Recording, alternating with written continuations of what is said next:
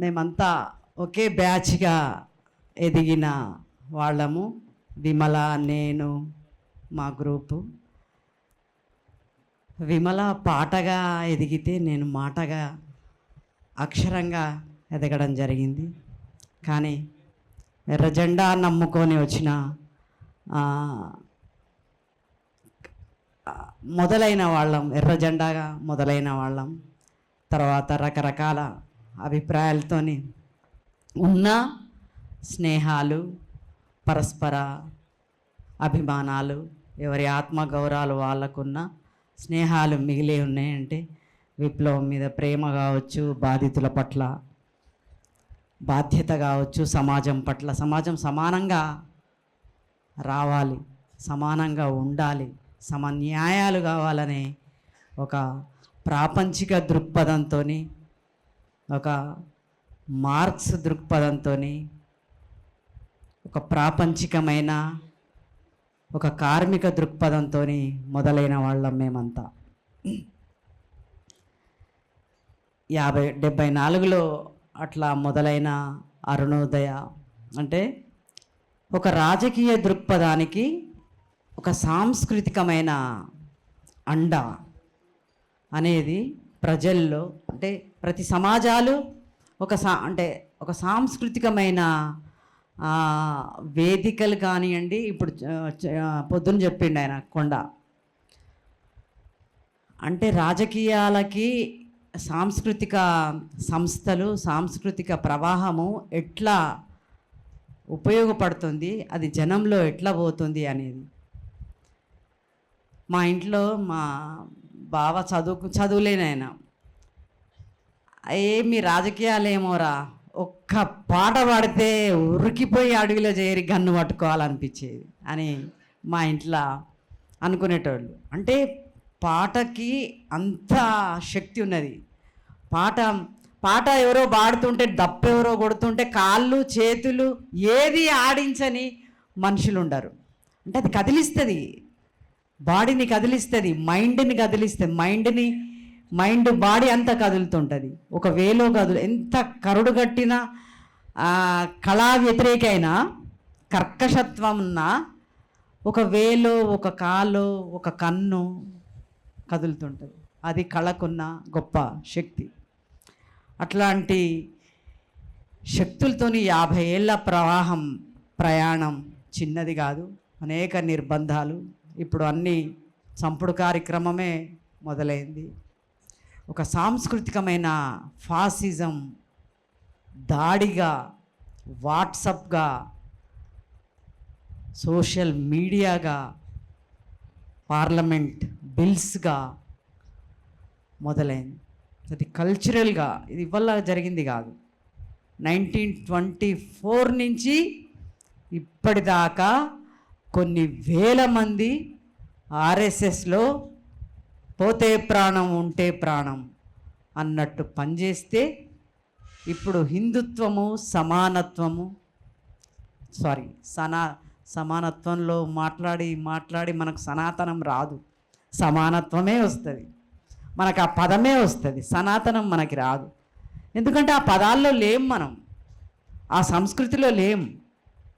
సమానంగా ఉండాలనే ఒక లక్ష్యం, ఆ పదాలు అట్లా వస్తాయి. సనాతనం అంటున్నారు, పేర్లన్నీ తీసేస్తున్నారు.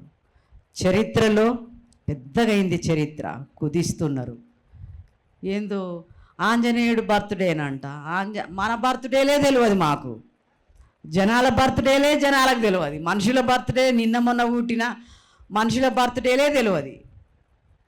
ఎప్పుడో ఆంజనేయుడు పుట్టింది, కృష్ణుడు పుట్టింది, రాముడు పుట్టిన బర్త్డేలు అని చేస్తారు. విచిత్రం అంటే విచిత్రం. అరే అది ఎవడు రాసింది కాదు, పూసింది కాదు. వాడెవడో రాస్తుంటారు ఎప్పటికీగా. ఉపనిషత్తులు, వేదాలు, వాటి ఉపనిషత్తులు, పురాణాలు, గివే ఏది చూసి దానికి ప్రత్యామ్నాయం. బౌద్ధం ఉంది భారతదేశంలో. మీరు నార్త్కి వెళ్ళండి, సౌత్కి వెళ్ళండి, అవి కనబడతాయి, చరిత్రలుగా కనబడతాయి. ఎక్కడిదో ద్వారకనట, వీళ్ళే పేర్లు పెడతారు, దాన్ని మారుస్తారు. బాబ్రీ మసీద్ కింద రామాలయం ఉండే, ఎక్కడ ఏవి రాసినట్టేయి. ఇక ఇది సీతమ్మ వారి కిచెన్ అని చూపిస్తారు అక్కడ అయోధ్యలో.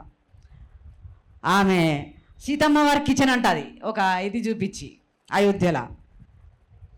అన్నీ పెద్ద పెద్ద గిన్నెలు అవన్నీ వాళ్ళు వండుకొని తినేది. సీతమ్మ ఎప్పుడు వచ్చింది, ఎప్పుడు వండింది, ఎవరికి పెట్టింది, ఎయ్యి ఆనవాళ్ళు ఎయ్యి ఎన్ని వేల ఏండ్లవి అవి పురాణాలని పుక్కిటి రాసుకునేటి, నీకు అనుకూలంగా రాసుకునేటి, నీ అభిప్రాయాలని నీ సనాతనాల్ని కొనసాగించడానికి నువ్వు ఏర్పాటు చేసుకున్న నిత్యం రాయాలి. అరుణోదయ అయినా విప్లవమైన ప్రజలైనా రాయడం మనదంతా ఫోక్. మా చిన్నప్పుడు అంటే మేము చదువుకునేటప్పుడు ఏమన్నా రాయబోతే రాయొద్దు, రాస్తే పోలీసులు పట్టుకుంటారు, వద్దు, రికార్డు ఉండొద్దు, విని వదిలేయడం అంతే. అయినా అవి మైండ్లో అట్లా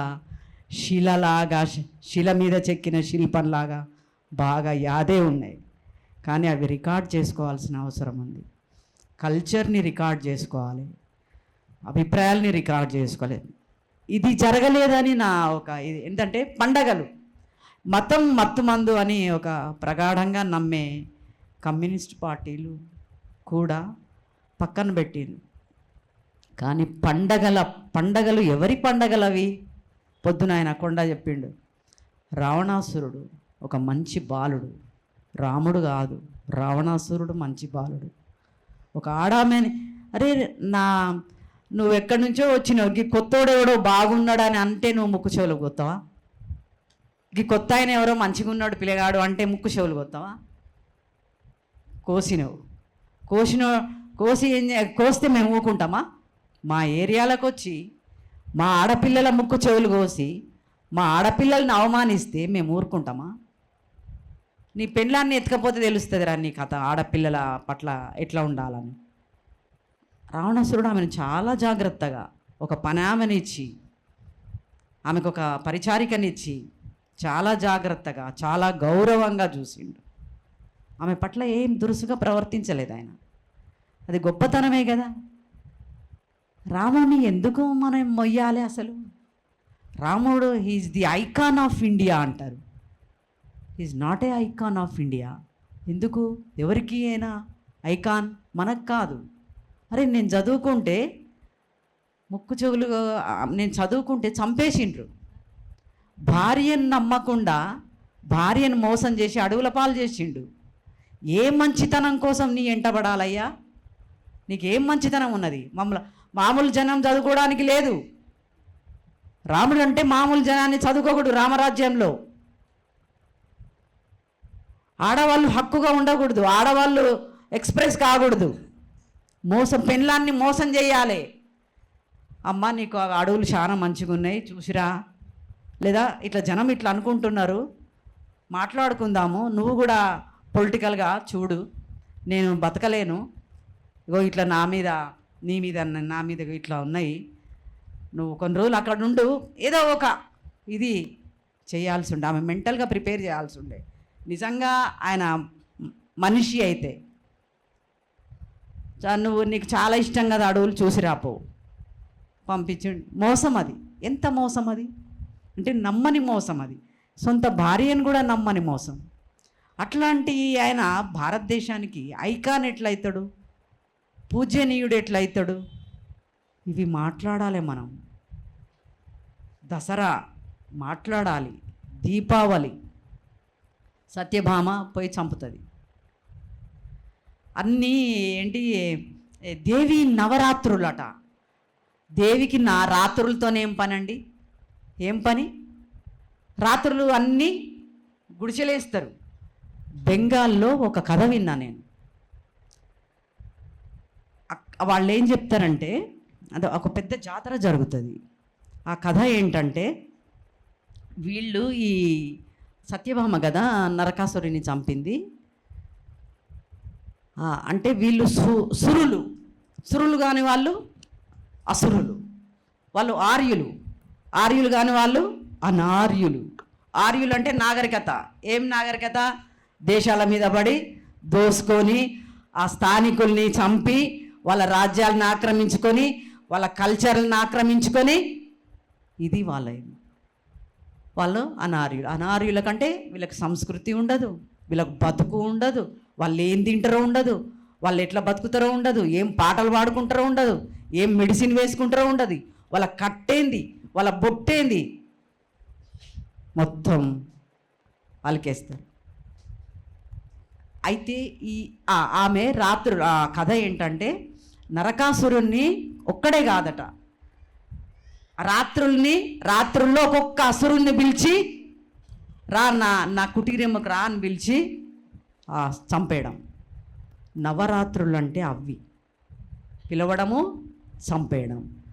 ఏమున్నది మనోళ్ళు, అరే ఎవరో ఎర్రగా బుర్రగా ఉన్నామే దేవేట రమ్మంటుంది, చలో పోయినరు సచ్చిండ్రు బయటకు వచ్చి.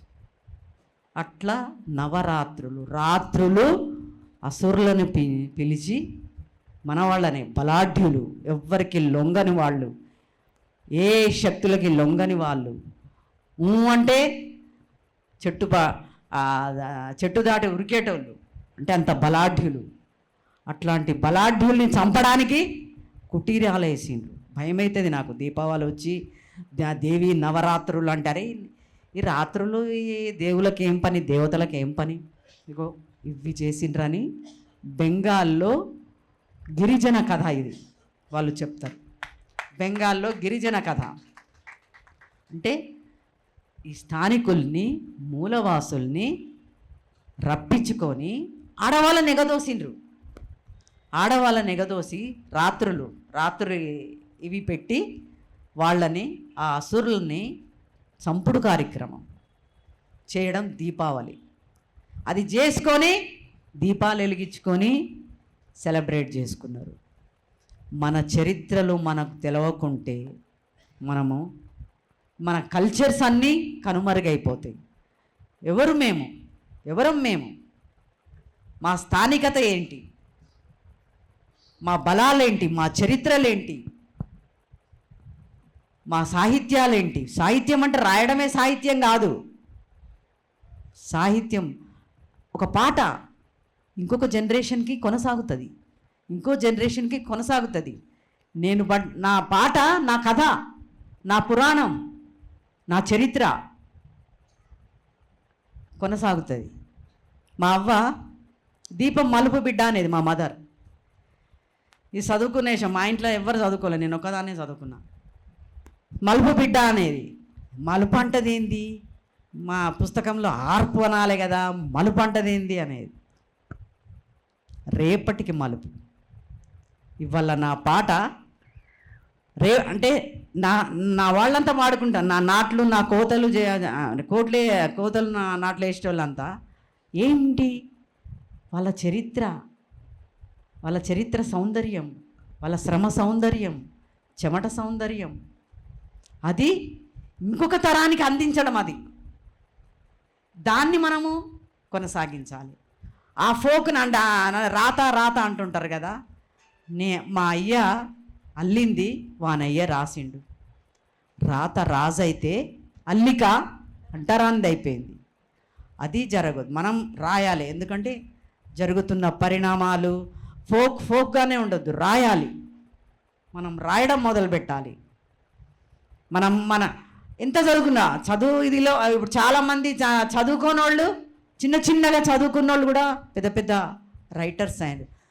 రాయడం అంటే పెద్దగా చదువుకోక్కర్లేదు, నీ అనుభవాన్ని రాయడమే, నీ చరిత్రను రాయడమే.